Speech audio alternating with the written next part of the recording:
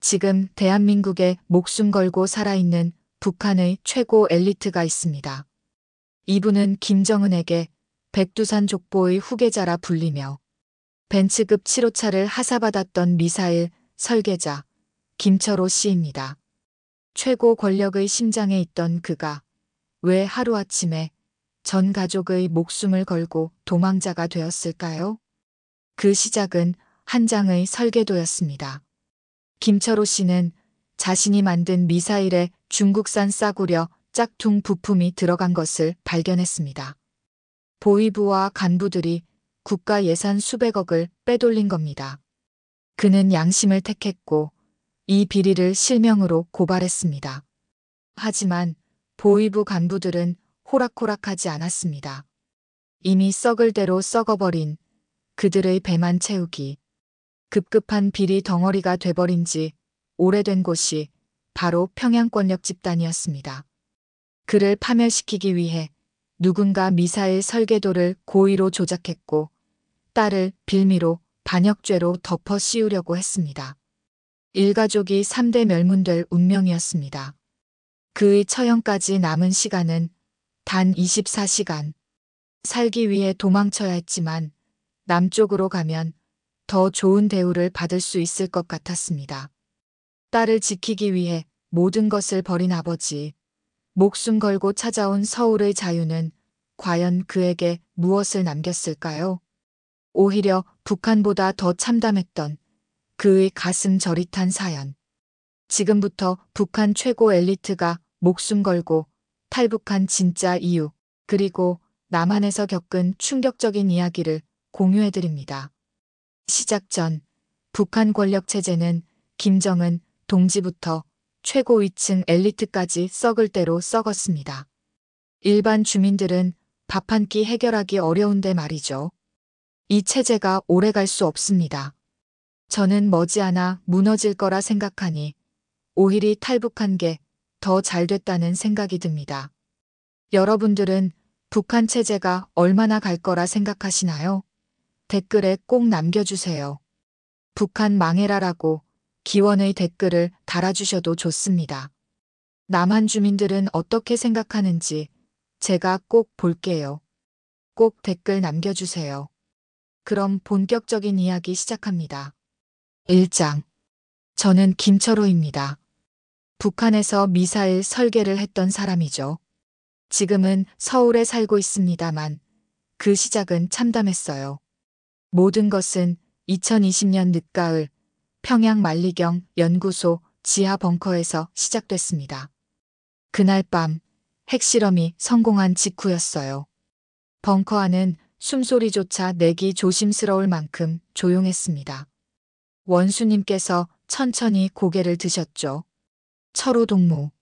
목소리가 낮게 하지만 무게감 있게 울렸습니다. 동무는 백두산 족보의 후계자요. 순간 심장이 쿵 내려앉았습니다. 이게 무슨 말인가 싶었죠. 저는 그저 기술자였을 뿐인데 원수님 입에서 백두산이라는 단어가 나올 줄은 몰랐어요. 주변 간부들의 시선이 일제히 저에게 쏠렸습니다.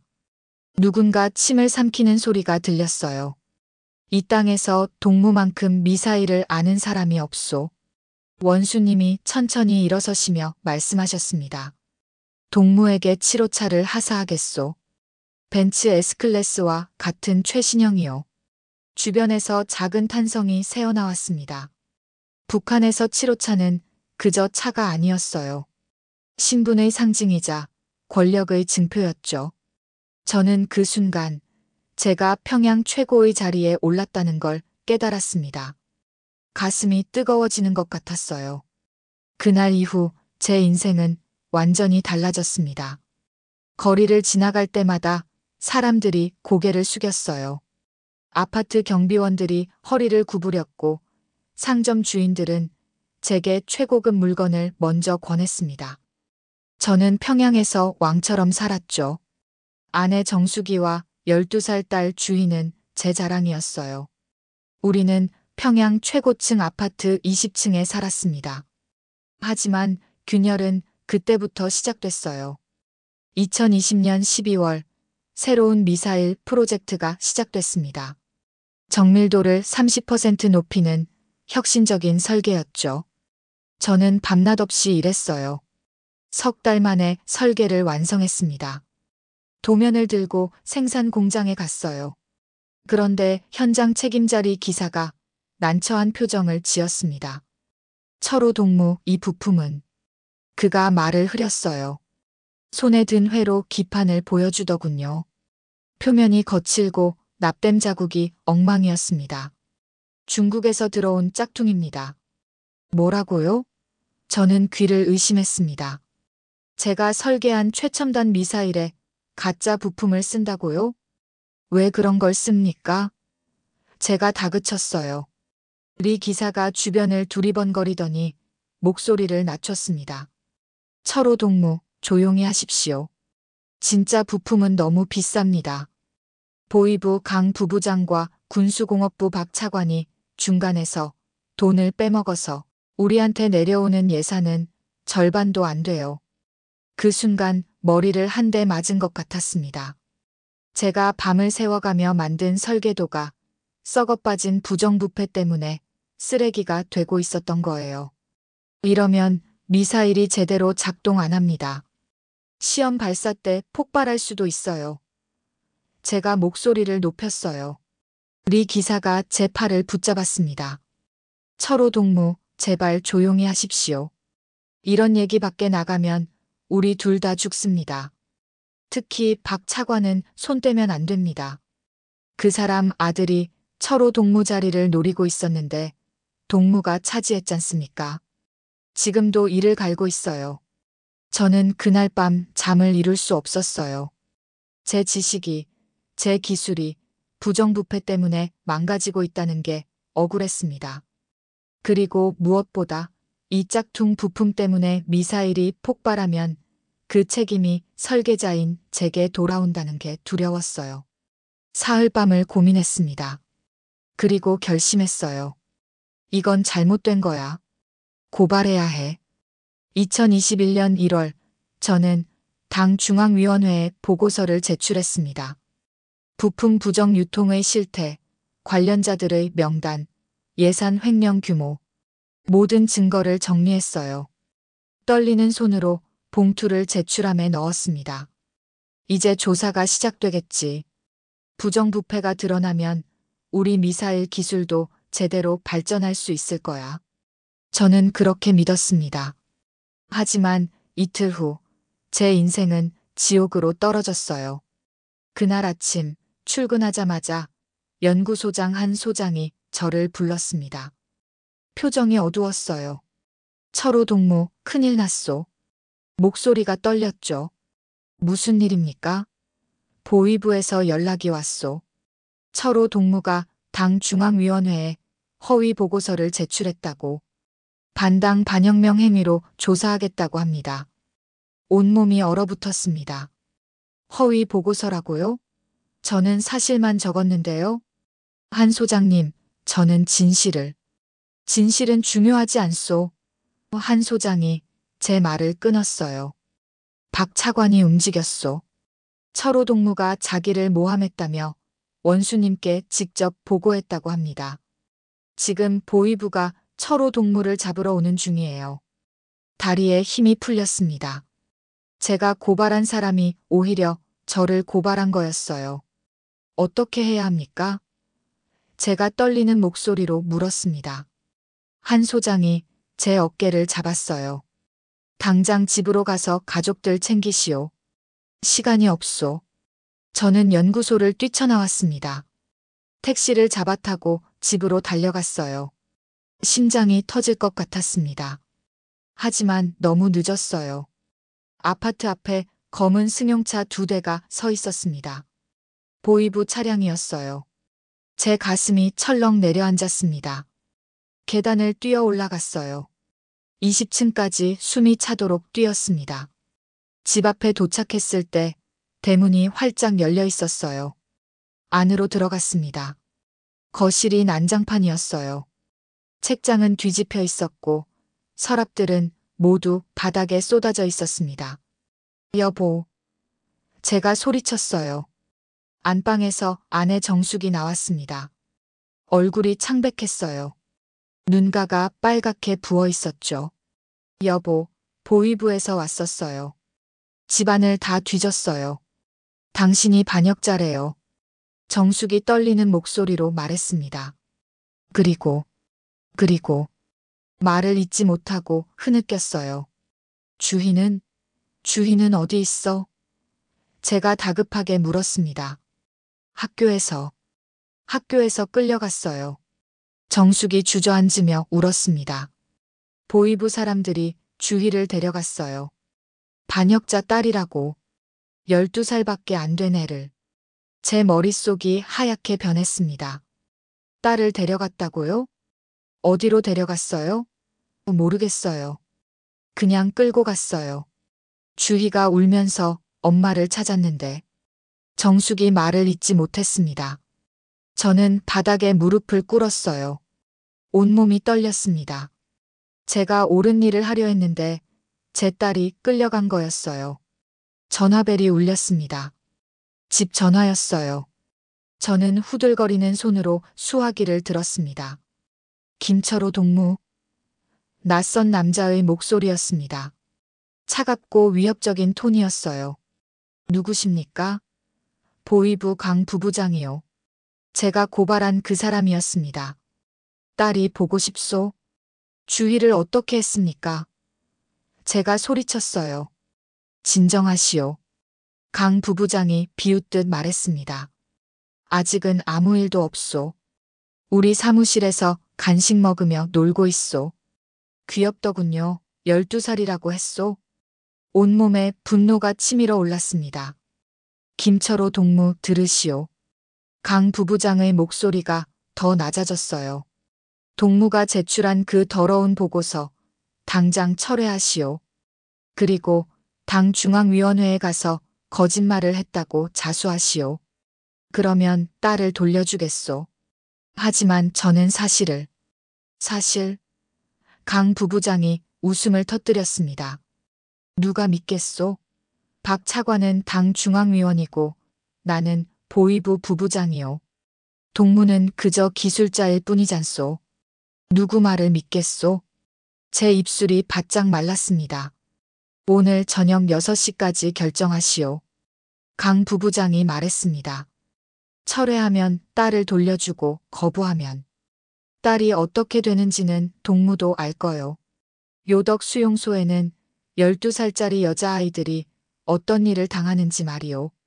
전화가 끊겼습니다. 저는 수화기를 쥔 채 얼어붙었어요. 요덕 수용소. 그곳에서는 여자들이, 특히 어린 여자아이들이 끔찍한 일을 당한다는 소문을 들었습니다. 여보. 정숙이 제 팔을 잡았어요. 어떻게 해요? 주희를. 우리 딸을 어떻게 해요? 저는 대답할 수 없었습니다. 철회하면 딸을 구할 수 있어요. 하지만 저는 거짓말쟁이가 되는 거고 부정부패는 계속되는 거였죠. 그리고 언젠가 박 차관은 저를 제거할 겁니다. 철회하지 않으면 주희가 수용소로 가요. 아니, 그보다 더 끔찍한 일을 당할지도 모릅니다. 오후 3시 문을 두드리는 소리가 들렸어요.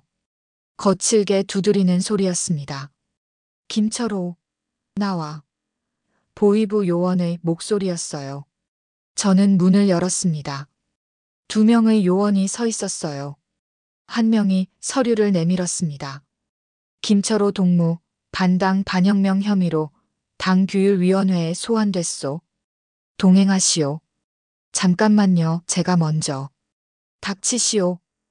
요원이 소리쳤어요. 제 팔을 붙잡았습니다. 여보. 정숙이 제게 매달렸어요. 요원이 정숙을 밀쳤습니다. 정숙이 바닥에 넘어졌어요. 당신들 뭐 하는 거요? 제가 소리쳤습니다. 요원이 제 뺨을 때렸어요. 따끔한 통증이 느껴졌습니다. 조용히 하고 따라오시오. 요원이 차갑게 말했습니다. 저는 차에 실려갔어요. 창밖으로 아내가 쓰러진 채 우는 모습이 보였습니다. 가슴이 찢어지는 것 같았어요. 보위부 조사실은 지하에 있었습니다. 춥고 어두운 곳이었어요. 형광등 하나가 깜박거리고 있었죠. 강 부부장이 들어왔습니다. 50대 중반쯤 돼 보이는 남자였어요. 인상이 험악했습니다. 김철호 동무 마지막으로 묻겠소. 그가 의자에 앉으며 말했어요. 보고서를 철회하겠소? 저는 그를 똑바로 쳐다봤습니다. 진실을 철회할 수는 없습니다. 강 부부장이 코웃음을 쳤어요. 진실? 이 나라에서 진실은 당이 정하는 거요. 동무가 정하는 게 아니요. 하지만 짝퉁 부품은 사실입니다. 미사일이 위험합니다. 그게 무슨 상관이요? 강 부부장이 책상을 쳤어요. 미사일 하나쯤 실패해도 괜찮소. 우리는 수십 개를 만들 수 있소. 하지만 당의 권위가 무너지면 그건 용납할 수 없소. 제 주먹이 떨렸습니다. 김철호 동무. 강 부부장이 일어섰어요. 제 앞으로 다가왔습니다. 딸 생각 안 하시오? 12살짜리 예쁜 딸이 수용소에서 어떻게 될지 상상이나 해봤소. 저는 눈을 감았습니다. 주희의 얼굴이 떠올랐어요. 아침에 학교 가면서 웃던 모습이 생각났습니다. 철회하시오. 강 부부장이 속삭였어요. 그러면 모든 게 끝나요. 딸도 돌려주고 동무도 연구소로 복귀할 수 있소. 그 다음엔요? 제가 눈을 뜨고 물었습니다. 그 다음엔 저를 어떻게 합니까? 강 부부장이 웃었어요. 현명하시군. 그래, 솔직히 말하지. 동무는 이미 끝났소. 철회하든 안 하든 동무는 이제 위험 인물이요. 박 차관이 동무를 가만 놔두지 않을 거요. 그럼 철회할 이유가 없잖습니까? 딸 때문이라도 해야지. 강 부부장이 비웃었습니다. 적어도 딸은 살릴 수 있소. 저는 한참 동안 침묵했어요. 머릿속이 복잡했습니다. 그때 조사실 문이 열렸어요. 다른 요원이 들어오더니 강 부부장 귀에 뭔가 속삭였습니다. 강 부부장의 얼굴이 굳어졌어요. 뭐라고? 연구소장이 원수님께 직접 보고했다고? 요원이 고개를 끄덕였습니다. 제기랄. 강 부부장이 욕을 내뱉었어요. 저를 노려봤습니다. 운이 좋군, 김철호. 일단 풀려나시오. 하지만 조심하시오. 이건 끝이 아니오. 저는 조사실을 나왔습니다. 다리가 후들거렸어요. 연구소로 돌아갔습니다. 한 소장이 저를 기다리고 있었어요. 철호 동무 원수님께 직접 보고했소. 동무의 보고서가 사실인지 확인하라는 지시가 내려왔소. 정말입니까? 하지만 조심하시오. 한 소장이 제 어깨를 잡았어요. 박 차관과 강 부부장은 이미 동무를 죽이기로 작정했소. 조사가 끝나면 동무를 제거할 겁니다. 그 전에 탈출을 고려해 보시오. 탈출. 그 단어가 제 귀에 꽂혔습니다. 집으로 돌아왔어요. 주희가 돌아와 있었습니다. 저를 보자 울면서 달려왔어요. 아빠. 저는 딸을 꽉 안았습니다. 온몸이 떨렸어요. 괜찮아, 주희야. 이제 괜찮아. 하지만 거짓말이었어요. 아무것도 괜찮지 않았습니다. 그날 밤 아내에게 모든 걸 털어놨습니다. 여보, 우리 떠나야 해. 정숙이 고개를 끄덕였어요. 이미 알고 있다는 표정이었죠. 언제요? 최대한 빨리. 조사가 끝나기 전에. 다음 날 연구소에서 리 기사를 만났습니다. 철호 동무, 큰일입니다. 그가 창백한 얼굴로 말했어요. 다음 주 화요일에 미사일 시험 발사가 예정됐습니다. 박 차관이 강행한다고 합니다. 짝퉁 부품 그대로요? 네. 조사 중이라 부품을 바꿀 시간이 없다고 합니다. 그리고 리 기사가 목소리를 낮췄어요. 박 차관 아들이 동무 설계도를 몰래 수정했다는 소문이 있습니다. 일부러 실패하게 만들려고요. 제 등골이 오싹해졌습니다. 그럼 미사일이 폭발합니다. 100% 폭발해요. 그럼 그 책임이 누구한테 갈까요? 저한테 온다는 거였어요. 설계자인 제 책임이 되는 거죠. 시험 발사 실패는 반역죄입니다. 리 기사가 말했어요. 동무뿐 아니라 가족까지 수용소로 갑니다. 3대가 멸문당해요. 3대 멸문. 저와 제 부모님, 그리고 제 딸까지 모두 죽는다는 얘기였습니다. 시험 발사가 화요일이라고 했죠? 네, 오전 10시입니다. 그럼 우리는 월요일 밤에 떠나야 해요. 그날부터 탈출 준비를 시작했습니다. 브로커를 찾았어요. 7호차를 몰래 팔았고 명품 시계도 처분했습니다. 미화 2만 달러를 모았죠. 월요일이 됐습니다. 마지막 출근이었어요. 연구소를 둘러봤습니다. 10년 동안 일했던 곳이었죠. 제 청춘을 바쳤던 곳이었어요. 한 소장이 저를 불렀습니다. 철호 동무, 내일 시험 발사에 참관하라는 명령이 떨어졌소. 네. 박 차관이 지시했소. 설계자가 현장에서 지켜봐야 한다고요. 저는 알았습니다. 미사일이 폭발하는 순간 저를 현장에서 체포하려는 거였어요. 한 소장님. 제가 낮게 말했습니다. 저는 내일 그 자리에 없을 겁니다. 한 소장이 제 눈을 쳐다봤어요. 그리고 천천히 고개를 끄덕였습니다. 그러시오. 살아남으시오. 철호 동무. 그리고 언젠가 이 나라가 바뀌는 날 다시 돌아오시오. 저는 한 소장과 악수를 나눴습니다. 마지막 인사였어요. 그날 밤 자정, 저희는 평양을 떠났습니다. 주희는 잠옷 차림이었어요. 깨우지 않고 안고 나왔죠. 아빠 어디 가요? 주희가 눈을 비비며 물었습니다. 여행 가는 거야, 주희야. 조용히 해야 해. 브로커가 준비한 트럭에 탔어요. 화물칸에 숨었습니다. 어둠 속에서 엔진 소리만 들렸죠. 6시간을 달렸습니다. 검문소를 4번 통과했어요. 그때마다 심장이 터질 것 같았습니다. 하지만 브로커가 준비한 서류 덕분에 무사히 통과했어요. 함경북도 국경지대에 도착했습니다. 두만강이 보였어요. 강물이 검게 흐르고 있었죠. 저기 건너면 중국입니다. 브로커가 가리켰어요. 물이 허리까지 옵니다. 아이는 업고 건너세요. 저는 주희를 등에 업었습니다. 정숙이 제 손을 꽉 잡았어요. 가자. 제가 말했습니다. 물에 들어서는 순간 차가움이 온몸을 휘감았어요.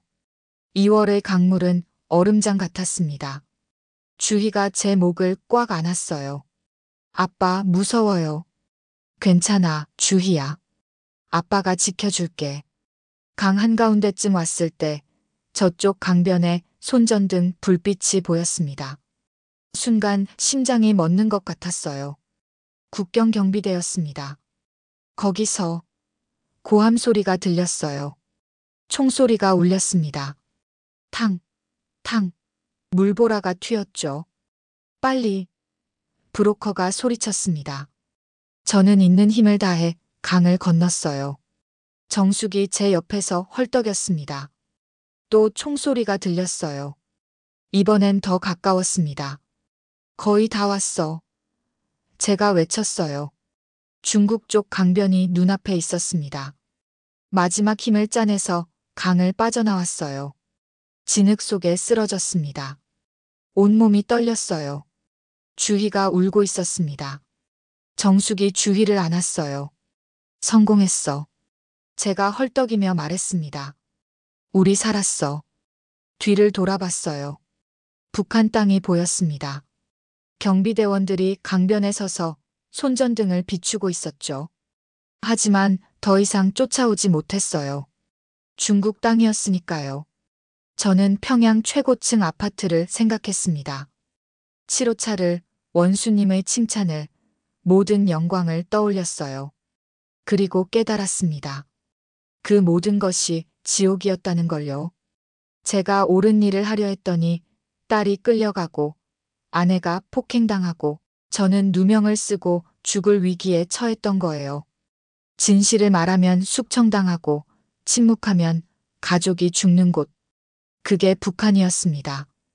이제 자유야. 제가 아내와 딸을 안으며 말했습니다.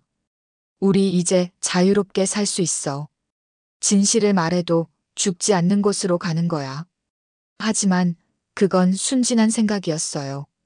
진짜 고난은 이제부터 시작될 테니까요. 하나원에서 석 달을 보냈어요. 적응 교육이라고 하더군요. 저는 그곳에서 남한 사회에 대해 배웠습니다.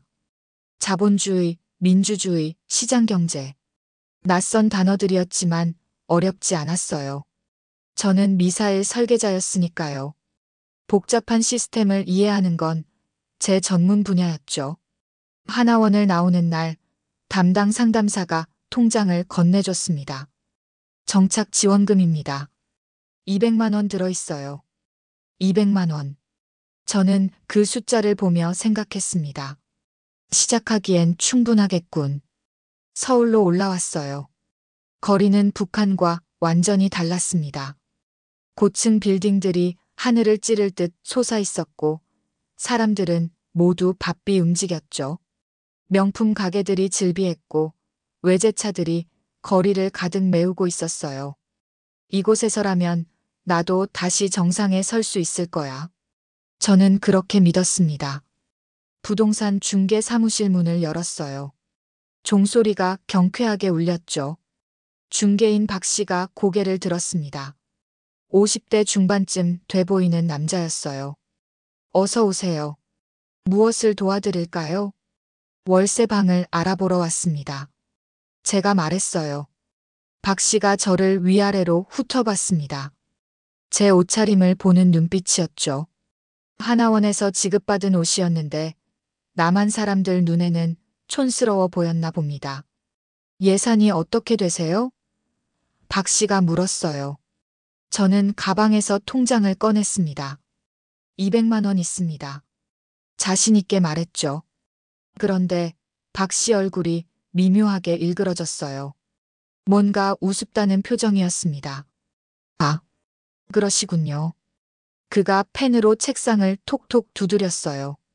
그 정도 금액으로는 구로구나 영등포 쪽 고시원밖에 안 됩니다. 고시원? 저는 평양에서 최고층 아파트에 살았는데 이 나라에서는 고시원밖에 못 구한다고요? 좀 더 괜찮은 곳은 없습니까? 제가 물었어요. 목소리에 긴장이 묻어났죠. 박 씨가 한숨을 쉬었습니다. 선생님, 서울에서 원룸 하나 얻으려면 보증금만 최소 500만 원은 있어야 해요. 200만 원으로는. 그가 말을 멈췄어요. 잠시 침묵이 흘렀습니다. 그러더니 박 씨가 피식 웃었어요. 비웃음이었습니다. 아이고, 선생님. 이 돈은 보증금이 아니라 서울에 오신 나이 값이네요. 딱 그만큼입니다. 나이 값. 그 순간 제 몸이 돌덩이처럼 굳었습니다. 머릿속이 하얗게 변했어요. 북한에서 저는 나이 50에 최고의 대접을 받았습니다. 원수님께서 직접 제 이름을 부르셨고 7호차를 하사하셨죠. 사람들이 제 앞에서 허리를 굽혔어요. 그런데 이 나라는 제 지식도, 제 경력도, 제가 평생 쌓아온 모든 것도 아닌 오직 나이와 돈으로만 저를 평가하고 있었습니다. 딱 3초가 걸렸습니다. 자유를 얻으려 왔는데 천민 자본주의의 노예가 된 순간이었어요. 고시원이라도 보여주십시오. 제가 겨우 입을 열었습니다. 목소리가 떨렸죠. 박 씨가 고개를 끄덕이며 서류를 뒤적였어요. 구로구에 괜찮은 데 하나 있긴 한데 방이 3평입니다. 월세 40만 원이요. 3평. 평양 아파트는 90평이었는데 저는 그날 구로구 고시원에 짐을 풀었습니다. 방문을 열자 곰팡이 냄새가 코를 찔렀어요. 벽지는 곳곳이 찢어져 있었고 창문은 작아서 햇빛이 거의 들어오지 않았죠. 침대 하나, 책상 하나, 그게 전부였습니다. 저는 침대에 주저앉았어요. 가슴이 먹먹했습니다. 내가 이걸 하려고 목숨 걸고 두만강을 건넜나. 그런 생각이 들었죠. 하지만 돌아갈 수는 없었어요. 돌아가면 총살당할 테니까요. 핸드폰이 울렸습니다. 하나원에서 알게 된 선배 탈북자였어요. 철호 씨, 잘 지내요? 목소리가 밝았습니다. 네, 뭐. 그럭저럭요. 제가 힘없이 대답했어요. 힘들죠? 처음엔 다 그래요. 근데 포기하지 마세요. 일자리 구하면 나아질 겁니다. 그가 위로했습니다. 일자리요? 제가 반문했어요. 제가 미사일 설계자인데 여기서 그런 일을 할 수 있을까요? 전화기 너머로 한숨 소리가 들렸습니다. 철호 씨, 현실적으로 생각하세요. 북한 경력은 여기서 인정 안 돼요. 처음엔 다들 허드렛일부터 시작합니다. 허드렛일. 저는 평생 머리를 써서 일했는데 이제 몸을 쓰라는 거였습니다. 전화를 끊고 창밖을 바라봤어요. 서울 야경이 화려했습니다. 불빛들이 반짝이고 있었죠. 하지만 저는 알았습니다. 저 불빛 속에 제 자리는 없다는 걸요. 이력서를 100장도 넘게 썼습니다. 편의점, 음식점, 공장, 가리지 않고 넣었어요. 하지만 돌아오는 건 거절뿐이었습니다. 북한 경력은 인정이 안 됩니다. 나이가 너무 많으세요. 경력이 단절됐네요. 한 달이 지났어요. 통장 잔액은 150만 원으로 줄어들었습니다. 월세 40만 원을 내고 나면 110만 원밖에 안 남았죠. 식비, 교통비, 통신비. 계산해보니 2달도 버티기 힘들었어요. 어느 날 구로 디지털단 지역 앞에서 전단지를 받았습니다. 택배 상하차 알바 모집. 일당 7만 원. 7만 원. 하루 종일 일해서 7만 원이라니. 하지만 선택의 여지가 없었어요. 전화를 걸었습니다. 내일 새벽 5시까지 오세요. 늦으면 못 뽑습니다. 상대방이 퉁명스럽게 말했어요. 다음 날 새벽 알람이 울렸습니다. 4시였죠. 몸을 일으키는데 온몸이 무거웠어요. 평양에서는 아침 8시에 출근했는데 이제는 새벽에 일어나야 했습니다. 택배 집화장에 도착했어요. 이미 10여 명이 모여 있었습니다. 대부분 20대 청년들이었죠. 저만 50대였어요. 현장 책임자가 저를 보더니 눈살을 찌푸렸습니다. 아저씨, 힘들어요. 괜찮겠어요? 할 수 있습니다. 제가 단호하게 대답했어요. 책임자가 고개를 끄덕였습니다. 좋아요. 그럼 시작합시다. 트럭이 도착했어요. 뒷문이 열리자 택배 상자들이 산더미처럼 쌓여 있었습니다. 자, 이거 전부 내려야 해요. 빨리빨리. 책임자가 외쳤죠. 첫 번째 상자를 들었어요. 무게가 20kg은 됐습니다. 허리가 삐걱거렸죠. 하지만 참았어요. 두 번째, 세 번째. 상자를 나르는데 땀이 비오듯 쏟아졌습니다. 1시간쯤 지났을까요? 허리가 끊어질 것 같았어요. 옆에서 일하던 청년이 말을 걸었습니다. 아저씨, 처음이에요? 네. 그렇습니다. 제가 숨을 헐떡이며 대답했어요. 힘들죠? 근데 이거 익숙해지면 괜찮아요. 저도 1년째 하고 있거든요. 청년이 웃으며 말했습니다. 1년째. 이 고된 일을 1년이나 한다고요? 아저씨는 무슨 일 하시다 여기 오셨어요? 청년이 물었어요. 저는 잠시 망설였습니다. 뭐라고 대답해야 할까요? 미사일 설계자였습니다라고 말하면 믿을까요? 그냥 이것저것 했습니다. 제가 얼버무렸어요. 청년이 고개를 끄덕였죠. 아, 그러시구나. 요즘 나이 들어서 일자리 구하기 힘들잖아요. 아저씨도 고생 많으시겠네요. 꼰대 취급이었습니다. 저는 평양에서 최고 엘리트였는데 이제는 20대 청년에게 동정받는 처지가 됐어요. 오후 2시 일이 끝났습니다. 책임자가 현금 7만 원을 건네줬어요. 수고했어요. 내일도 나올 수 있어요? 네, 나오겠습니다. 제가 대답했죠. 고시원으로 돌아왔어요. 온몸이 비명을 질렀습니다. 특히 허리가 심했죠. 침대에 쓰러졌어요. 천장을 바라보며 생각했습니다. 이게 내 인생인가? 이게 자유의 대가인가? 핸드폰을 꺼내 계산기를 두드렸어요. 하루 7만 원, 한 달이면 210만 원. 월세 40만 원 빼면 170만 원. 식비로 50만 원, 교통비로 20만 원. 한 달에 100만 원 정도 모을 수 있었습니다. 100만 원으로 뭘 할 수 있을까요? 서울에서 100만 원은 아무것도 아니었어요. 제 미래는 보이지 않았습니다. 한 달이 지났어요. 매일 새벽 5시에 일어나 택배 상하차를 했습니다. 허리 통증은 만성이 됐죠. 파스를 붙이고 진통제를 먹으며 버텼어요. 어느 날 집화장에서 젊은 알바생들이 수군거리는 소리가 들렸습니다. 저 아저씨 진짜 힘들어 보이는데. 맞아. 나이 들어서 저런 일 하면 몸 망가지는데. 불쌍하긴 한데 뭐 어쩌겠어. 자기 인생이잖아. 불쌍하다. 그 단어가 제 귀에 박혔습니다. 저는 불쌍한 사람이 아니었어요. 평양에서 존경받던 과학자였죠. 그런데 이 나라에서는 불쌍한 꼰대일 뿐이었습니다. 그날 오후 일을 마치고 집화장을 나서는데 누군가 제 어깨를 톡 쳤어요. 김철호 씨 맞죠? 돌아보니 60대쯤 돼 보이는 남자가 서 있었습니다. 인상이 온화했어요. 네, 그런데요? 제가 조심스럽게 물었습니다. 남자가 명함을 건넸어요. 저는 최민국이라고 합니다. 구로에서 중소기업을 운영하고 있어요. 명함을 받아들고 봤어요. 민국전자. 대표이사 최민국. 중소기업 사장이었습니다. 무슨 일이십니까? 제가 물었어요.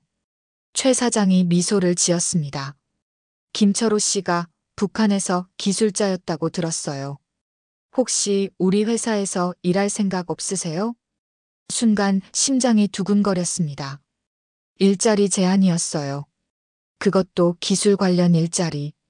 어떤 일을 하는 회사십니까? 제가 물었죠. 전자 부품 제조업체입니다. 주로 레이더 관련 부품을 만들어요. 격리 보조 겸 잡무를 맡아줄 사람이 필요한데 김 씨가 적임자 같더라고요. 최 사장이 설명했습니다. 격리 보조 겸 잡부. 미사일 설계자가 격리 보조를 한다고요? 하지만 선택의 여지가 없었어요. 택배 상하차보다는 나았으니까요. 월급은 얼마나 됩니까? 제가 물었어요. 200만 원 드릴게요. 숙식은 제공하고요. 최 사장이 답했습니다. 200만 원. 택배 상하차보다 조금 적었지만 숙식이 제공된다면 나쁘지 않았어요. 하겠습니다. 제가 고개를 끄덕였죠. 최 사장이 활짝 웃었습니다. 좋아요. 내일부터 출근하세요. 회사 주소는 명함에 있어요. 그날 밤 저는 고시원 침대에 누워 생각했습니다. 드디어 기회가 왔구나. 이제 다시 시작할 수 있어.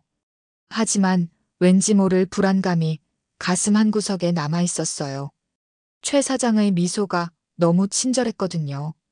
뭔가 숨겨진 게 있는 것 같았습니다. 다음 날 민국전자에 첫 출근을 했습니다. 회사는 구로 디지털 단지 안에 있었어요. 작은 사무실과 창고로 이루어진 곳이었죠. 직원은 10명 남짓이었습니다. 최 사장이 저를 직원들에게 소개했어요. 이분이 김철호 씨예요. 오늘부터 격리 보조를 맡아주실 겁니다. 직원들이 고개를 끄덕이며 인사했습니다. 무난한 첫날이었어요. 업무는 단순했습니다. 전표 정리, 세금 계산서 발행, 간단한 회계 입력. 북한에서 미사일 설계를 하던 제게는 너무나 쉬운 일이었죠. 하지만 불평하지 않았어요. 이게 제 현실이었으니까요. 일주일쯤 지났을까요? 회사에 적응하고 있었습니다. 최 사장은 제게 친절했어요. 가끔 저녁을 사주기도 했고, 북한 생활에 대해 궁금한 걸 물어보기도 했죠. 저는 조심스럽게 대답했습니다. 너무 많이 말하면 안 될 것 같았거든요. 어느 날 오후, 저는 회사 창고에서 재고 조사를 하고 있었어요. 선반을 정리하다가 우연히 도면 한 장을 발견했습니다. 구겨진 청사진이었죠.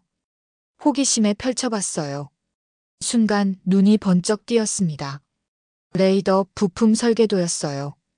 그런데 뭔가 이상했습니다. 신호 처리 회로 설계에 치명적인 오류가 있었거든요. 제가 북한에서 미사일 레이더를 설계할 때 흔히 보던 실수였습니다. 이건 잘못됐어. 이대로 생산하면 레이더가 제대로 작동 안 할 텐데. 저는 도면을 들고 최 사장 사무실로 갔어요. 문을 두드렸습니다. 사장님, 잠깐 여쭤볼 게 있습니다. 들어오세요. 최 사장이 대답했어요.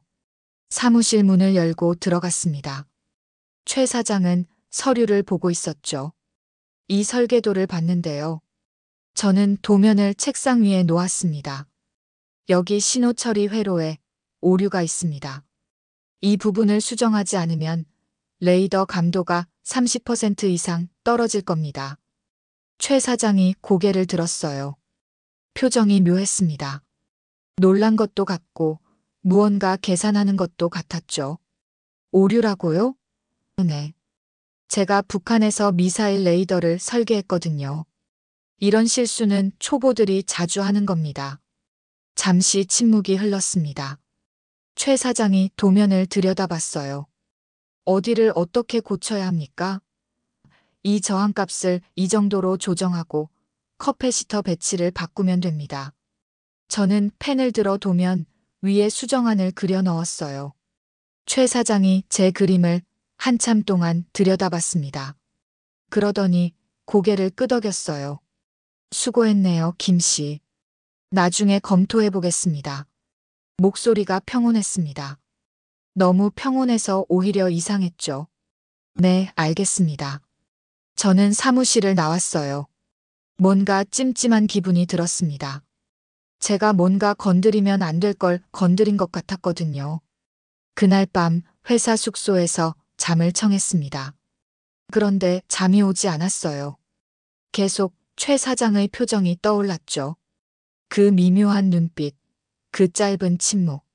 새벽 2시쯤이었을까요? 창밖에서 차 소리가 들렸습니다. 커튼을 살짝 젖히고 내다봤어요. 회사 주차장에 검은색 세단이 한 대 서 있었습니다. 차에서 두 남자가 내렸죠. 양복을 입고 있었어요. 최 사장이 회사 현관문을 열고 나왔습니다. 두 남자와 악수를 나눴어요. 그들은 회사 안으로 들어갔습니다. 저는 슬며시 창문을 열고 귀를 기울였어요. 도면건은 어떻게 됐습니까? 낯선 남자의 목소리가 들렸습니다. 탈북자가 오류를 발견했습니다. 미사일 레이더 설계 경험이 있다더군요. 최 사장의 목소리였어요. 심장이 쿵 내려앉았습니다. 탈북자라니. 저를 얘기하는 거였어요. 흥미롭군요. 그 사람, 쓸모가 있을 것 같은데요. 다른 남자가 말했습니다. 일단 지켜봐야죠. 너무 급하게 움직이면 의심받습니다. 최 사장이 답했어요. 쓸모. 저를 쓸모 있는 도구로 보고 있었습니다. 등골이 오싹해졌어요. 저는 조용히 창문을 닫고 침대에 누웠습니다. 하지만 잠이 올 리 없었죠. 최 사장은 대체 누구지? 왜 저런 사람들을 만나는 거야? 머릿속이 복잡했습니다. 하지만 함부로 행동할 수는 없었어요. 일자리를 잃으면 다시 택배 상하차로 돌아가야 했으니까요. 며칠이 지났습니다. 최 사장은 여전히 친절했어요. 하지만 저는 이제 그 친절이 가면이라는 걸 알았습니다. 제가 회사에 있는 진짜 이유가 뭔지 모르겠지만 분명 격리 보조 이상의 뭔가가 있었어요. 2주가 지났을까요? 퇴근 시간이었습니다. 저는 회사를 나와 버스 정류장으로 걸어가고 있었어요. 해가 지고 거리에 가로등이 켜졌습니다. 갑자기 옆 골목에서 누군가 나타났어요. 검은 양복을 입은 남자였습니다. 키가 크고 인상이 날카로웠죠. 저는 본능적으로 한 발 물러섰습니다. 김철호 동무. 남자가 낮은 목소리로 말했어요. 동무. 북한식 호칭이었습니다. 순간 온몸에 소름이 돋았어요. 누구십니까? 제가 떨리는 목소리로 물었습니다. 남자가 한 발 다가왔어요. 우리는 동무의 고통을 알고 있습니다. 뭐라고요? 200만 원짜리 월급, 격리 보조일, 고시원 생활. 수치스럽지 않습니까? 동무. 남자의 목소리가 제 귓가에 속삭이듯 들렸습니다. 가슴이 철렁 내려앉았어요. 이 사람은 제 모든 걸 알고 있었습니다. 동무는 평양에서 7호차를 타고 다녔습니다. 원수님께서 직접 동무를 백두산 족보의 후계자라 부르셨죠. 남자가 계속 말했어요. 그런 동무가 지금 이 꼴입니까? 저는 대답할 수 없었습니다. 목이 메였거든요. 지금 당장 북으로 돌아오십시오. 남자가 말했습니다. 10억 원과 영웅 칭호를 약속합니다. 동무의 모든 죄를 용서하겠습니다. 10억 원. 그 숫자가 제 머릿속에서 맴돌았어요. 만약 돌아가기 싫으시다면 남자가 다시 입을 열었습니다. 이 회사의 기술을 넘기십시오. 레이더 설계도, 부품 리스트, 고객사 정보. 그것만 주면 50억 원을 현금으로 드리겠습니다.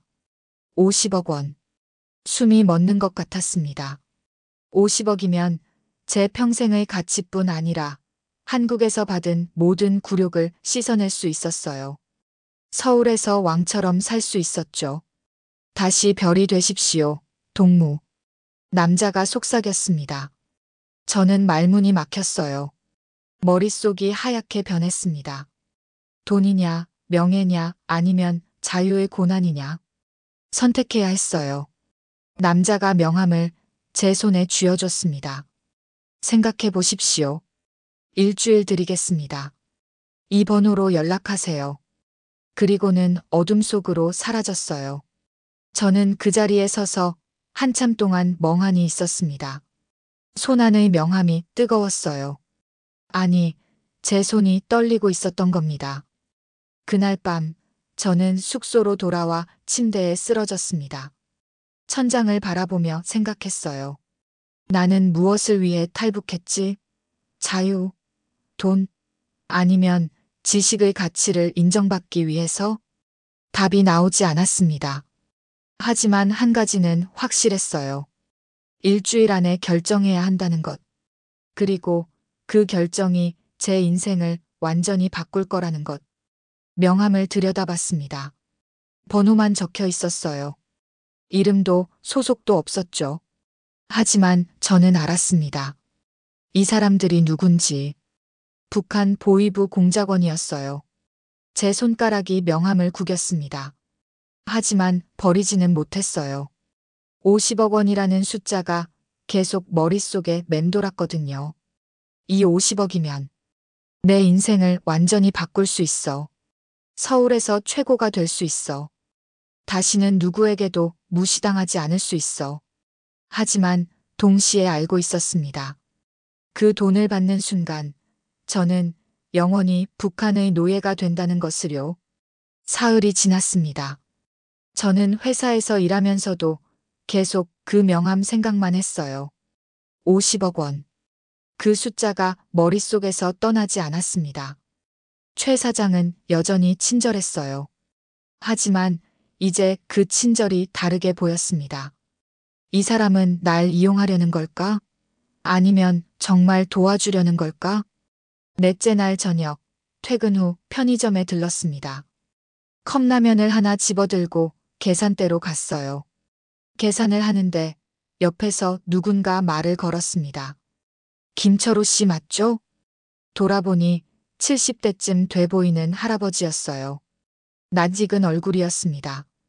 어디서 봤더라? 아, 회사 근처 순대국밥집 주인이었죠. 네, 맞습니다. 제가 대답했어요. 할아버지가 미소를 지었습니다. 요즘 민국전자에서 일하신다면서요? 최 사장 밑에서? 네, 그렇습니다. 좋은 분이죠, 최 사장. 제 아들도 예전에 그 회사에서 일했었어요. 할아버지가 말했습니다.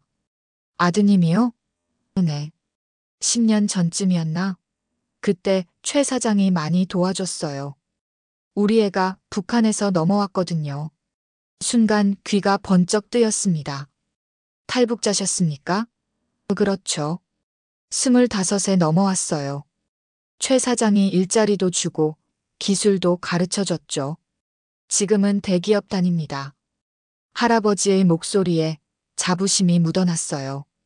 최 사장님이 탈북자들을 많이 도와주셨나 봅니다. 제가 조심스럽게 물었습니다. 할아버지가 고개를 끄덕였어요. 많이 도와줬죠. 근데 아무나 도와주는 건 아니에요. 최 사장은 사람을 보는 눈이 있거든요. 무슨 뜻입니까? 그분은 옛날에 국정원에서 일하셨어요. 은퇴하고 나서 회사를 차린 거죠. 그래서 북한 관련 일에 관심이 많으시죠. 국정원. 그 단어를 듣는 순간 모든 게 이해됐습니다. 최 사장이 저를 고용한 이유, 그 친절함의 이유, 그리고 새벽에 만난 그 남자들. 혹시 최 사장님이 지금도 국정원과 연락하십니까? 제가 물었어요. 할아버지가 어깨를 으쓱했습니다. 글쎄요, 그건 잘 모르겠네요. 하지만 한 가지는 확실해요. 최 사장은 이 나라를 지키려는 분이라는 거죠. 편의점을 나왔어요. 컵라면을 든 손이 떨리고 있었습니다. 최 사장은 국정원 출신이었어요. 그렇다면 저를 감시하고 있었던 걸까요? 아니면 보호하고 있었던 걸까요? 숙소로 돌아와 컵라면에 물을 부었습니다. 3분을 기다리는 동안 생각에 잠겼어요. 북한 공작원이 접근했다는 걸 최 사장은 알고 있을까? 아마 알고 있을 겁니다. 국정원 출신이라면 당연히 알고 있겠죠. 그렇다면 이건 시험이었던 걸까요? 제가 어떤 선택을 할지 지켜보고 있는 건가요? 핸드폰을 꺼냈습니다. 북한 공작원이 준 명함을 다시 들여다봤어요. 번호만 적혀 있었습니다. 전화를 걸면 50억 원. 하지만 동시에 배신자가 되는 거였죠. 나는 무엇을 선택해야 하지? 컵라면을 먹으며 계속 고민했습니다. 평양에서 받았던 대접, 서울에서 받은 굴욕, 택배 상하차의 고통, 나이 값이라는 모욕. 모든 기억이 머릿속을 스쳤어요. 그때 핸드폰이 울렸습니다. 문자 메시지였어요. 발신자는 최 사장이었습니다. 김 씨, 내일 아침 일찍 사무실로 와주세요.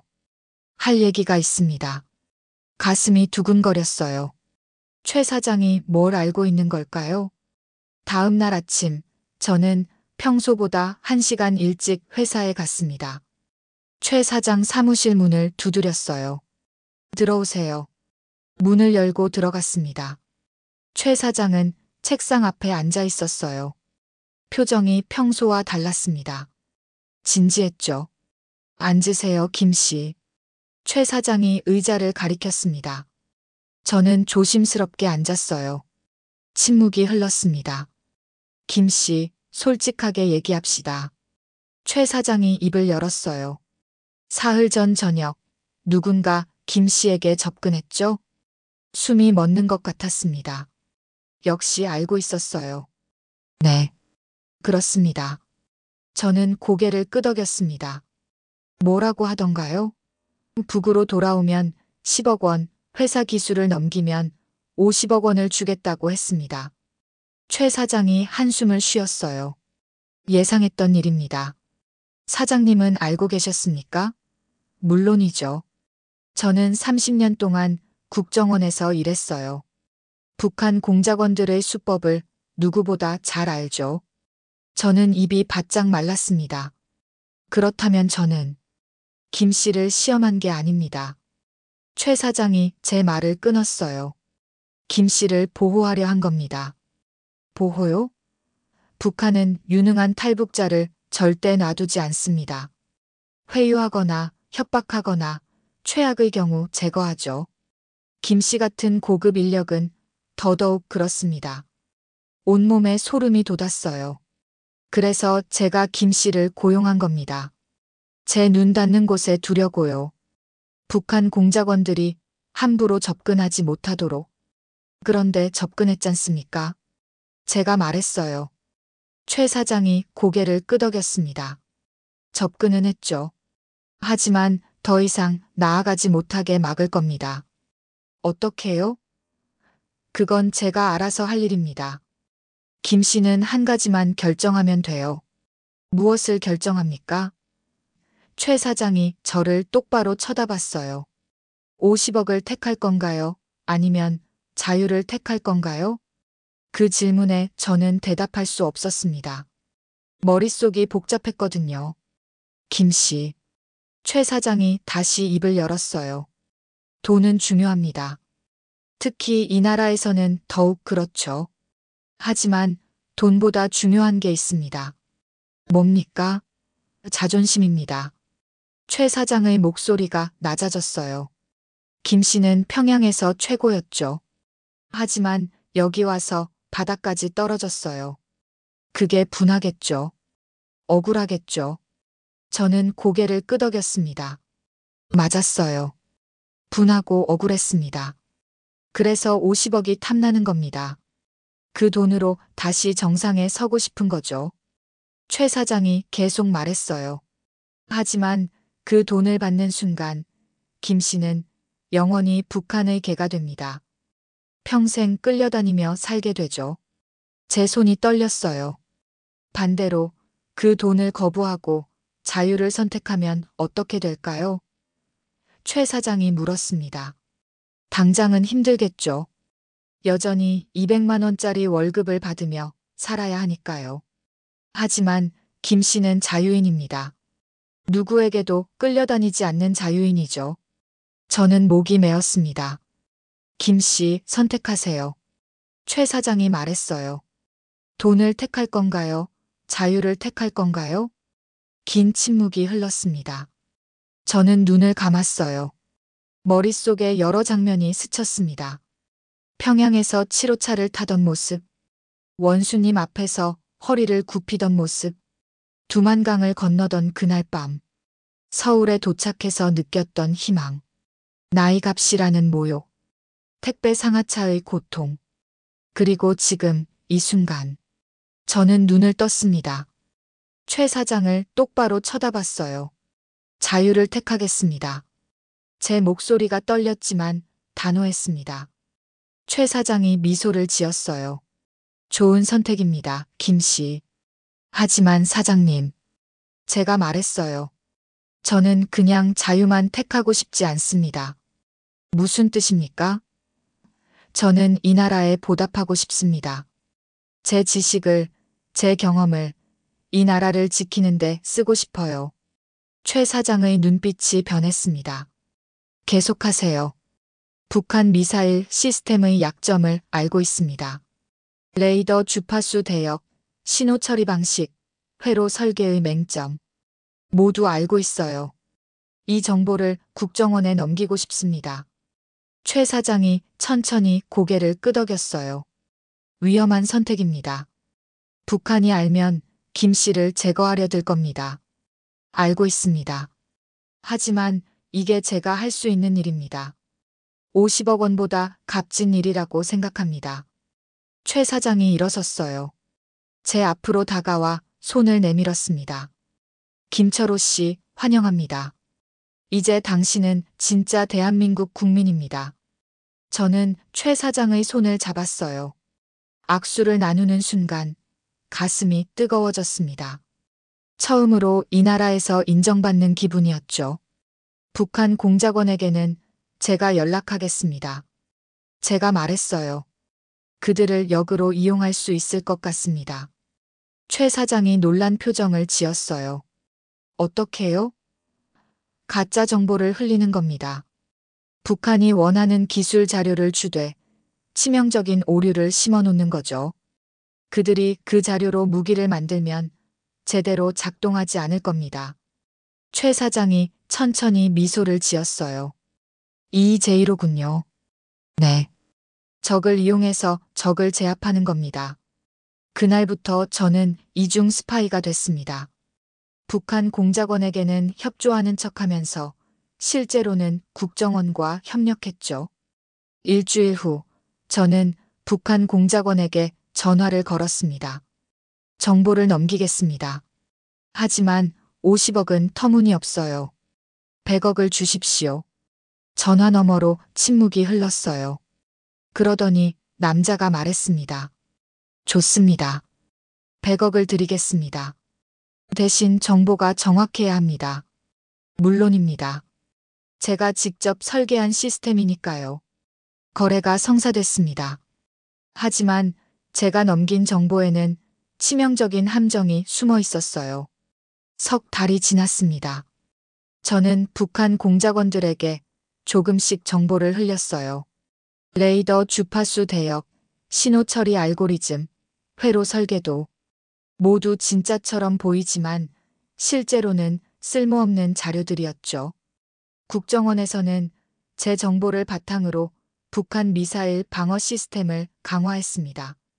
제가 알려준 약점을 보완하고 새로운 탐지 방법을 개발했어요. 어느 날 저녁, 최 사장이 저를 불렀습니다. 김 씨, 중요한 소식이 있습니다. 무슨 일입니까? 북한이 김 씨가 제공한 설계도로 새 레이더를 만들었습니다. 어제 시험 발사를 했는데 제 심장이 두근거렸어요. 완전히 실패했습니다. 최 사장이 미소를 지었어요. 레이더가 목표물을 전혀 포착하지 못했죠. 김 씨가 심어놓은 오류 때문입니다. 온몸에 전율이 흘렀습니다. 성공한 거예요. 평양이 발칵 뒤집혔습니다. 최 사장이 계속 말했어요. 김정은이 책상을 내리쳤다는 정보가 들어왔습니다. 한 놈 때문에 10년이 무너졌다고 소리쳤다더군요. 저는 웃음이 나왔습니다. 처음으로 통쾌한 기분이 들었어요. 그뿐만이 아닙니다. 최 사장이 서류를 건넸어요. 북한의 해킹 성공률이 80%에서 30%로 폭락했습니다. 연간 수익은 2조 원에서 5천억 원으로 줄었죠. 2국 요원 50명이 숙청됐습니다. 제가 제공한 정보가 북한 전체 시스템을 마비시킨 거였어요. 김철호 씨, 최 사장이 진지한 표정으로 말했습니다. 당신은 이 나라를 지켰습니다. 수백만 명의 생명을 구한 겁니다. 저는 눈시울이 뜨거워졌어요.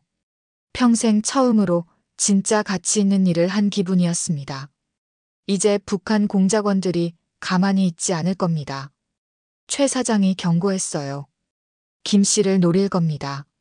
알고 있습니다. 제가 대답했죠. 하지만 두렵지 않습니다. 그날 밤 숙소로 돌아가는 길에 다시 그 남자가 나타났어요. 검은 양복의 공작원이었습니다. 하지만 이번에는 표정이 달랐어요. 분노로 일그러져 있었죠. 김철호, 이 배신자. 그가 소리쳤습니다. 내 놈이 우리를 속였구나. 저는 침착하게 대답했어요. 속인 게 아닙니다. 제 조국을 지킨 겁니다. 조국? 내 놈의 조국은 북한이다. 아닙니다. 제가 고개를 저었어요. 제 조국은 대한민국입니다. 자유가 있는 곳, 제 가치를 인정해주는 곳이죠. 공작원이 주머니에 손을 넣었어요. 뭔가를 꺼내려는 것 같았습니다. 순간 긴장했죠. 그때 주변에서 사람들이 나타났습니다. 국정원 요원들이었어요. 검은 양복의 공작원을 에워쌌습니다. 움직이지 마십시오. 한 요원이 말했어요. 공작원은 잠시 망설이더니 손을 들었습니다. 체포됐죠. 저는 그 장면을 지켜봤습니다. 북한의 소나기에서 완전히 벗어난 순간이었어요. 그날 이후 저는 국정원 자문위원이 됐습니다. 월급은 500만 원으로 올랐어요. 200만 원에서 500만 원. 여전히 적은 돈이었지만 이제는 개의치 않았습니다. 돈보다 중요한 걸 찾았으니까요. 6개월이 지났습니다. 저는 국정원에서 북한 미사일 시스템 분석 업무를 맡았어요. 제 지식이 제대로 쓰이고 있었습니다. 어느 날 국정원장이 저를 불렀습니다. 김철호 씨, 청와대에서 당신을 만나고 싶어 합니다. 청와대요? 저는 놀랐어요. 네. 대통령께서 직접 감사 인사를 하고 싶다고 하셨습니다. 일주일 후 저는 청와대에 갔습니다. 경호원들이 저를 안내했어요. 커다란 회의실 문이 열렸습니다. 대통령께서 자리에서 일어나셨어요. 제 쪽으로 걸어오셨죠. 김철호 씨, 환영합니다. 대통령께서 손을 내미셨습니다. 저는 얼떨떨한 기분으로 악수를 나눴어요. 당신 덕분에 우리나라가 안전해졌습니다. 대통령께서 말씀하셨습니다. 감사합니다. 저는 목이 메었어요. 저야말로 감사합니다, 카카. 이 나라가 저를 받아줘서 감사합니다. 대통령께서 미소를 지으셨어요. 이제 당신은 대한민국의 영웅입니다. 영웅. 그 단어가 제 가슴에 꽂혔습니다. 평양에서는 권력의 시녀였지만 서울에서는 진짜 영웅이 된 거예요. 회의가 끝나고 청와대를 나서는데 한 젊은 기자가 다가왔습니다. 김철호 씨, 인터뷰 가능할까요? 무엇을 묻고 싶으십니까? 탈북 후 가장 힘들었던 순간이 언제였나요? 저는 잠시 생각했어요. 나이값이라는 말을 들었을 때입니다. 나이값이요? 네. 부동산 중개인이 제 200만 원을 보고 서울에 오신 나이값이라고 했죠. 그 순간 제 모든 경력과 지식이 무가치하다고 느꼈습니다. 기자가 고개를 끄덕였어요. 그런데 어떻게 극복하셨나요? 극복하지 않았습니다. 제가 솔직하게 대답했어요. 다만 받아들였죠. 이 나라에서 제 가치는 제가 만들어야 한다는 걸요. 지금 하고 싶은 말씀이 있으신가요? 탈북자들에게 하고 싶습니다. 저는 카메라를 똑바로 쳐다봤어요. 처음엔 힘듭니다. 바닥까지 떨어진 기분이 들죠. 하지만 포기하지 마십시오. 여러분의 가치는 돈이나 나이가 아니라 여러분이 이 사회에 기여하는 것으로 증명됩니다. 인터뷰가 방송됐습니다. 반응이 뜨거웠어요. 많은 탈북자들이 저에게 연락했습니다. 힘이 됐습니다. 저도 포기하지 않겠습니다. 라는 메시지들이었죠. 저는 깨달았습니다. 제가 이 길을 선택한 이유를요. 50억 원이 아니라 자유를 택한 이유. 북한의 개가 아니라 대한민국 국민이 되기로 한 이유. 그건 바로 존엄이었습니다. 돈으로 살 수 없는, 권력으로 강요할 수 없는, 오직 스스로 쟁취해야 하는 것. 1년이 지났습니다. 저는 이제 국정원 북한 분석팀 팀장이 됐어요. 월급은 700만 원으로 올랐습니다. 구로구 고시원을 나와 마포구 원룸으로 이사했죠. 방은 15평이었어요. 작지만 제 공간이었습니다. 어느 날 최 사장에게서 전화가 왔습니다. 김 씨, 오늘 저녁 시간 있어요? 네, 있습니다. 순대국밥집에서 만납시다. 할 얘기가 있어요. 저녁 7시 회사 근처 순대국밥집에서 최 사장을 만났습니다. 70대 할아버지 주인이 반갑게 맞아줬어요. 오, 철호 씨. 오랜만이네요. 안녕하세요, 사장님. 제가 인사했습니다. 자리에 앉자 최 사장이 소주 한 병을 시켰어요. 김 씨, 축하합니다. 최 사장이 잔을 들었습니다. 무엇을 축하하십니까? 1년 전 오늘 김 씨가 자유를 선택한 날입니다. 저는 그제야 깨달았어요. 벌써 1년이 지났구나. 그때 김 씨가 다른 선택을 했다면 어땠을까요? 최 사장이 물었습니다. 50억을 받고 북한 스파이가 됐겠죠. 제가 쓴웃음을 지었어요. 평생 그들의 노예로 살았을 겁니다. 후회는 없습니까? 전혀요. 저는 단호하게 대답했습니다. 지금이 훨씬 낫습니다. 최 사장이 고개를 끄덕였어요. 김 씨, 사실 오늘 할 얘기가 있습니다. 무엇입니까? 통일부에서 제안이 왔어요. 탈북자 정착 지원 프로그램 자문위원을 맡아달라고요. 저 말입니까? 네. 김 씨만큼 탈북자의 고충을 이해하는 사람이 없으니까요. 저는 잠시 생각했습니다. 탈북자 지원. 의미 있는 일이었어요. 하겠습니다. 제가 대답했죠. 최 사장이 미소를 지었습니다. 좋은 결정입니다. 다음 날부터 저는 통일부 자문위원 일도 시작했어요. 새로운 탈북자들을 만나 상담했습니다. 한 젊은 탈북자가 제 사무실을 찾아왔어요. 20대 후반쯤 돼 보이는 청년이었습니다. 김철호 선생님 맞으시죠? 네, 그렇습니다. 앉으세요. 청년이 의자에 앉았어요. 표정이 어두웠습니다. 무슨 일로 찾아왔나요? 제가 물었습니다. 힘듭니다, 선생님. 청년의 목소리가 떨렸어요. 북한에서는 대학도 나왔고 그래도 대접받고 살았는데 여기 와서는 아무것도 아니더라고요. 제 가슴이 먹먹해졌습니다. 1년 전 제 모습이었거든요. 일자리 구했나요? 편의점 알바요. 시급 9,500원 받습니다. 대학 나와서 편의점 알바라니. 청년이 고개를 떨구었어요. 부끄러운 일이 아닙니다. 제가 말했습니다. 저도 택배 상하차 일을 했어요. 정말입니까? 청년이 고개를 들었어요. 네. 하루 7만 원 받으며 새벽 5시부터 일했죠. 허리가 끊어질 것 같았습니다.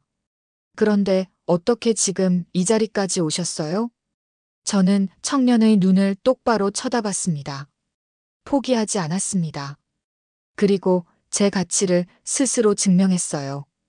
어떻게요? 이 나라에 기여했습니다. 제 지식을 이 나라를 지키는 데 썼죠. 그러자 사람들이 알아봐 줬어요.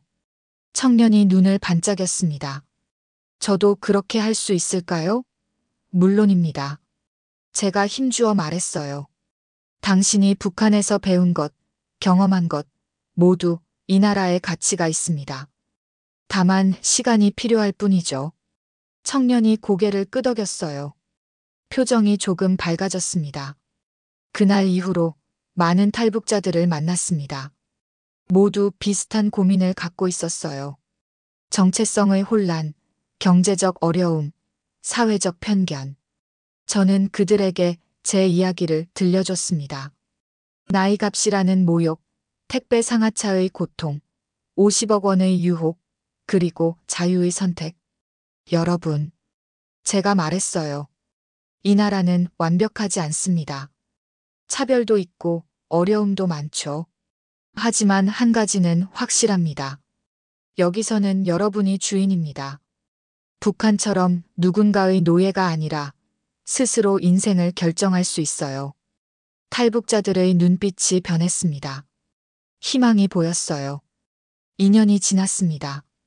제가 상담한 탈북자 중 많은 사람이 성공했어요. 대학에 진학한 사람, 자영업을 시작한 사람, 대기업에 취직한 사람. 모두 제 자랑이었습니다. 어느 날 통일부 장관이 저를 불렀습니다. 김철호 씨, 중요한 제안이 있습니다. 무엇입니까, 장관님? 남북 교류 협력 사업이 재개됐습니다. 기술 협력단을 구성할 건데 단장을 맡아주시겠습니까? 저는 놀랐어요. 남북 기술 협력이요? 네. 비정치적 분야에서 시작하려고 합니다. 농업, 보건, 환경 기술 같은 거죠. 북한을 잘 아는 김 씨가 적임자입니다. 저는 잠시 망설였습니다. 북한과 협력한다. 복잡한 감정이 들었어요. 북한 사람들을 도울 수 있는 기회입니다. 장관이 말했습니다. 김 씨가 그들의 고통을 누구보다 잘 아시잖아요. 그 말에 마음이 움직였어요. 하겠습니다. 6개월 후 저는 기술협력단을 이끌고 개성공단에 갔습니다. 10년 만에 북한 땅을 밟는 거였어요. 경계는 삼엄했습니다. 하지만 분위기는 예전과 달랐어요. 북한 관계자들도 조심스럽지만 협력적이었죠. 회의실에서 북한 기술진들을 만났습니다. 그들의 얼굴을 보는 순간 가슴이 뭉클했어요. 10년 전의 제 모습이 보였거든요. 안녕하십니까? 저는 김철호입니다. 제가 인사했어요. 남측 기술협력단장을 맡고 있습니다. 북한 기술진들이 조심스럽게 고개를 끄덕였습니다. 여러분과 함께 일하게 돼서 영광입니다. 제가 말을 이었어요. 저도 북한 출신입니다. 여러분의 어려움을 압니다. 그 말에 북한 기술진들의 표정이 변했어요. 경계심이 조금 풀어졌습니다. 우리의 목표는 단순합니다. 제가 설명했어요. 기술을 나누고 함께 발전하는 겁니다. 정치는 정치인들이 하고 우리는 사람을 돕는 일을 합시다. 한 북한 기술자가 손을 들었어요. 질문 있습니다. 말씀하세요. 동무는? 아니, 선생님은 왜 남쪽으로 갔습니까? 무거운 질문이었습니다. 저는 솔직하게 대답했어요. 자유를 찾아서였습니다. 제 지식이 제대로 쓰일 곳을 찾아서였죠. 남쪽이 좋습니까? 다른 기술자가 물었어요. 좋습니다. 제가 고개를 끄덕였습니다. 하지만 쉽지는 않아요. 차별도 있고 어려움도 많죠. 그래도 거기서는 제가 주인입니다. 북한 기술자들이 조용히 들었어요. 누군가 한숨을 쉬는 소리가 들렸습니다. 하지만 여러분, 제가 다시 말했어요. 저는 북한 사람들을 미워하지 않습니다. 여러분은 제 동포니까요. 언젠가 우리가 다시 하나가 되길 바랍니다. 그 말에 한 북한 기술자의 눈에 눈물이 맺혔어요. 프로젝트는 성공적이었습니다. 우리는 북한의 정수시설 기술을 전수했어요. 수만 명이 깨끗한 물을 마실 수 있게 됐죠. 마지막 날, 북한 기술자 한 명이 제게 조용히 다가왔습니다. 선생님, 감사합니다. 무엇을 감사합니까? 희망을 보여줘서요. 언젠가 저도 선생님처럼 될 수 있을까요? 저는 그의 어깨를 가볍게 두드렸어요. 할 수 있습니다. 포기하지 마십시오. 서울로 돌아오는 길, 차창 밖을 바라봤습니다. 자유의 땅이 보였어요. 제가 선택한 땅, 제가 지키기로 한 땅. 그날 밤, 마포구 원룸에 누워 천장을 바라봤습니다. 10년 전 구로구 고시원 천장이 떠올랐어요. 그때는 미래가 보이지 않았죠. 하지만 지금은 달랐습니다. 저는 더 이상 나이값도 200만 원도 아니었어요. 대한민국을 지킨 사람, 탈북자들에게 희망을 준 사람, 남북을 잇는 다리가 된 사람이었습니다. 50억 원을 거부한 게 후회되지 않았어요. 그 돈보다 훨씬 값진 것을 얻었으니까요. 바로 존엄이었습니다. 3년이 지났습니다. 저는 이제 통일부 차관보가 됐어요. 상상도 못한 일이었죠. 구로구 고시원에서 택배 상하차를 하던 사람이 정부 고위직이 되다니. 어느 봄날 청와대에서 행사가 열렸습니다. 통일준비 유공자 포상식이었어요. 저도 수상자 명단에 올라 있었습니다. 식장에 들어서는데 많은 사람이 박수를 쳤어요. 낯선 경험이었습니다. 평양에서는 원수님 앞에서 허리를 굽혔는데 여기서는 사람들이 제게 박수를 보내고 있었죠. 대통령께서 직접 상패를 수여하셨습니다. 김철호 차관보, 대한민국을 위해 헌신해 주셔서 감사합니다. 황송합니다. 각하. 상패를 받아들고 무대에 섰어요. 마이크 앞에 섰습니다.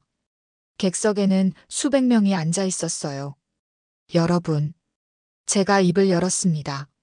10년 전 오늘 저는 두만강을 건넜습니다. 객석이 조용해졌어요. 평양에서 저는 최고였습니다. 7호차를 타고 다녔고 원수님께 인정받았죠. 하지만 여기 와서는 바닥이었어요. 나이값이라는 모욕을 들었고 택배 상하차로 하루하루를 버텼습니다. 제 목소리가 떨렸습니다.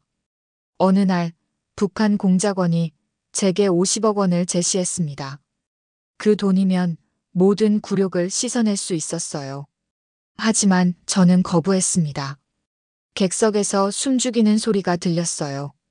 왜 거부했을까요? 제가 물었습니다. 돈보다 중요한 게 있었기 때문입니다. 바로 자유와 존엄이었죠. 박수 소리가 터져 나왔습니다. 탈북자 여러분, 저는 객석을 둘러봤어요. 힘들죠? 차별받고 무시당하죠? 저도 똑같았습니다. 하지만 포기하지 마십시오. 여러분의 가치는 돈이나 나이가 아니라 여러분이 이 사회에 기여하는 것으로 증명됩니다. 많은 탈북자들이 고개를 끄덕였어요. 어떤 사람은 눈물을 흘렸습니다. 그리고 대한민국 국민 여러분, 제가 다시 말했습니다. 탈북자들을 동정의 대상이 아니라 동료로 봐주십시오. 우리는 여러분과 같은 대한민국 국민입니다. 뜨거운 박수가 쏟아졌어요.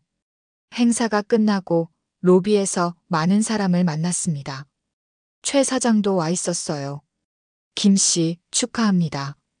최 사장이 악수를 청했습니다. 사장님 덕분입니다.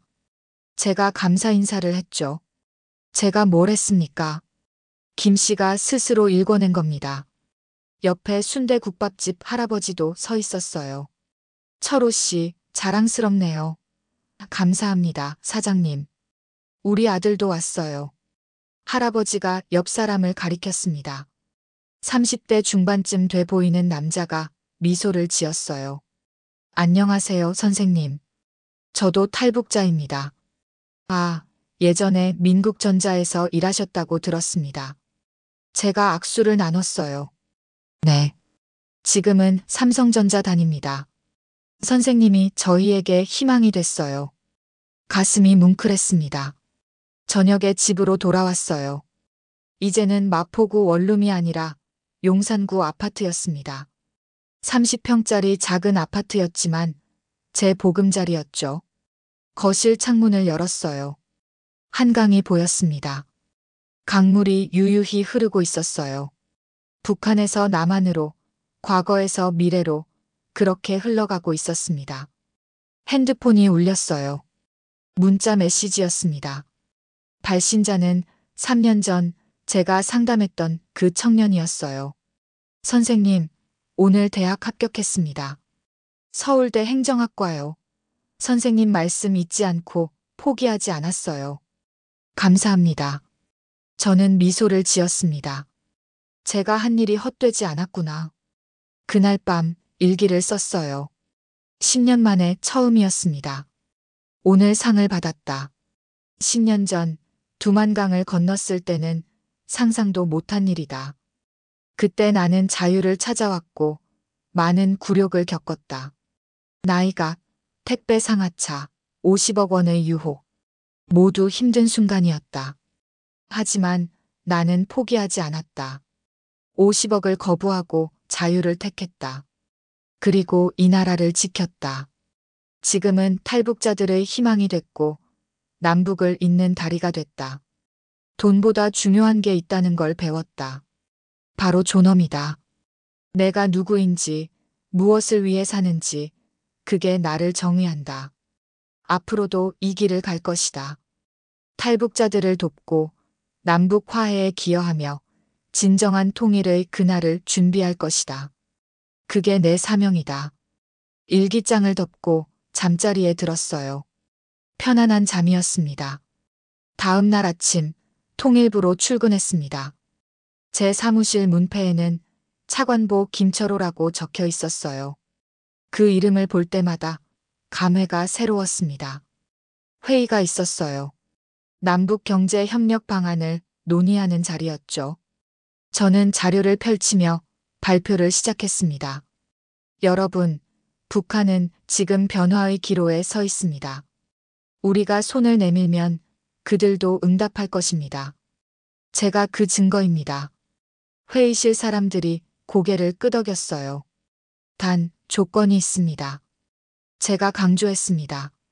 진정성이 있어야 합니다. 정치적 계산이 아니라 진심으로 그들을 돕는 마음이 필요해요. 그래야 신뢰가 쌓입니다. 회의가 끝나고 점심시간이었습니다. 구내식당에서 밥을 먹는데 한 젊은 직원이 다가왔어요. 차관보님, 말씀드려도 될까요? 왜 그러세요? 제가 자리를 권했습니다.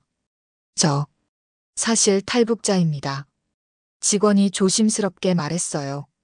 직장에서 밝히기 두려웠는데 차관보님 보고 용기를 얻었어요. 그러셨군요. 언제 오셨나요? 5년 전입니다. 처음엔 정말 힘들었어요. 하지만 차관보님 이야기를 듣고 힘이 났어요. 제 가슴이 따뜻해졌습니다. 앞으로도 당당하게 사세요. 우리는 부끄러울 게 없습니다. 네, 차관보님. 감사합니다. 오후에 탈북자 정착지원센터를 방문했습니다. 새로운 탈북자들을 만나는 자리였어요.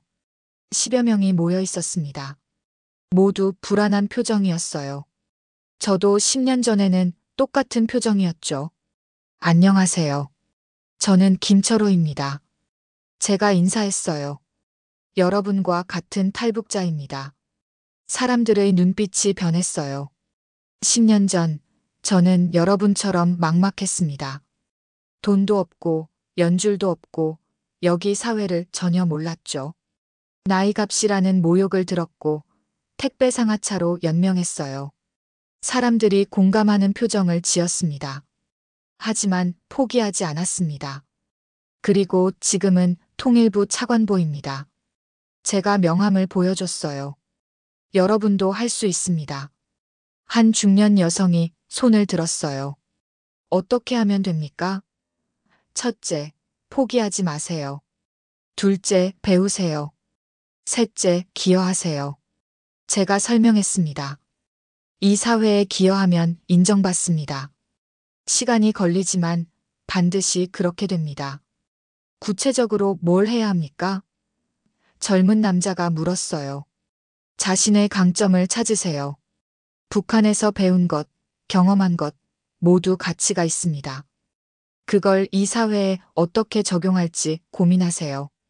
상담이 끝나고 센터를 나서는데 한 할머니가 제 손을 잡았어요. 선생님, 감사합니다. 희망이 생겼어요. 저는 할머니의 손을 꼭 쥐었습니다. 힘내세요. 우리는 함께입니다. 저녁에 집으로 돌아가는 길, 한강변을 걸었어요. 석양이 강물에 반짝이고 있었습니다. 아름다운 풍경이었어요. 10년 전 제가 처음 서울에 왔을 때도 한강을 봤습니다. 그때는 막연한 두려움만 있었죠. 하지만 지금은 달랐어요. 이제 이 강은 제 것이었습니다. 이 도시도 이 나라도 제 것이었어요. 핸드폰이 울렸습니다. 최 사장이었어요. 김 씨, 내일 저녁 시간 있어요? 네, 있습니다. 순대국밥 한 그릇 합시다. 할 얘기가 있어요. 다음 날 저녁, 익숙한 순대국밥집에서 최 사장을 만났습니다. 70대 할아버지 주인이 여전히 가게를 지키고 있었어요. 오랜만이네요, 철호 씨. 안녕하세요, 사장님. 자리에 앉자 최 사장이 소주 한 병을 시켰습니다. 김 씨, 10년이네요. 최 사장이 잔을 들었어요. 네, 10년입니다. 저도 잔을 들었죠. 제 인생을 바꿔주셔서 감사합니다. 제가 뭘 했습니까? 김 씨가 스스로 한 겁니다. 아닙니다. 사장님이 손 내밀지 않았다면 저는 아직도 택배 상하차를 하고 있을 겁니다. 최 사장이 미소를 지었어요. 김 씨, 사실 오늘 부탁이 있습니다. 무엇입니까? 제가 이제 나이가 들어서 회사를 정리하려고 합니다. 누군가에게 물려주고 싶은데 제 심장이 두근거렸어요. 김 씨가 맡아줬으면 합니다. 저 말입니까? 네. 민국전자를 탈북자 기업으로 만들어주세요. 김 씨처럼 어려운 탈북자들에게 일자리를 주고 기술을 가르치고 희망을 주는 회사로요. 저는 눈시울이 뜨거워졌습니다. 영광입니다, 사장님. 감사합니다, 김 씨. 최 사장이 제 손을 잡았어요. 이제 김 씨가 다른 사람들을 도울 차례입니다. 그날 밤 집으로 돌아와 창밖을 바라봤어요. 서울 야경이 반짝이고 있었습니다. 10년 전에도 이 야경을 봤죠. 하지만 그때는 제 자리가 어디에도 없었어요. 지금은 달랐습니다. 이제 저는 이 도시의 일부였어요. 아니, 이 나라의 일부였습니다. 1년 후 저는 통일부 차관보직을 사임하고 민국전자 대표가 됐습니다. 회사 이름을 희망전자로 바꿨어요. 직원의 30%를 탈북자로 채용했습니다. 처음에는 실수도 많았고 어려움도 있었어요. 하지만 포기하지 않았습니다. 서서히 회사가 자리를 잡아갔죠. 3년 후 희망전자는 중소기업 대상을 받았습니다. 탈북자 고용모범 기업으로 인정받은 거예요. 시상식에서 저는 마이크를 잡았습니다. 이 상은 제 것이 아닙니다. 우리 직원들의 것입니다. 특히 탈북자 직원들, 당신들이 이 상의 주인공입니다. 객석에서 직원들이 박수를 쳤어요. 어떤 직원은 눈물을 흘렸습니다. 여러분, 제가 다시 말했습니다. 10년 전 저는 아무것도 아니었습니다. 나이가 200만 원, 그게 제 전부였죠. 하지만 포기하지 않았습니다. 그리고 지금 여기 서 있습니다.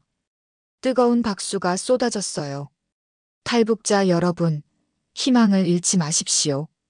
대한민국은 여러분을 기다리고 있습니다. 여러분의 꿈을 이룰 수 있는 곳입니다.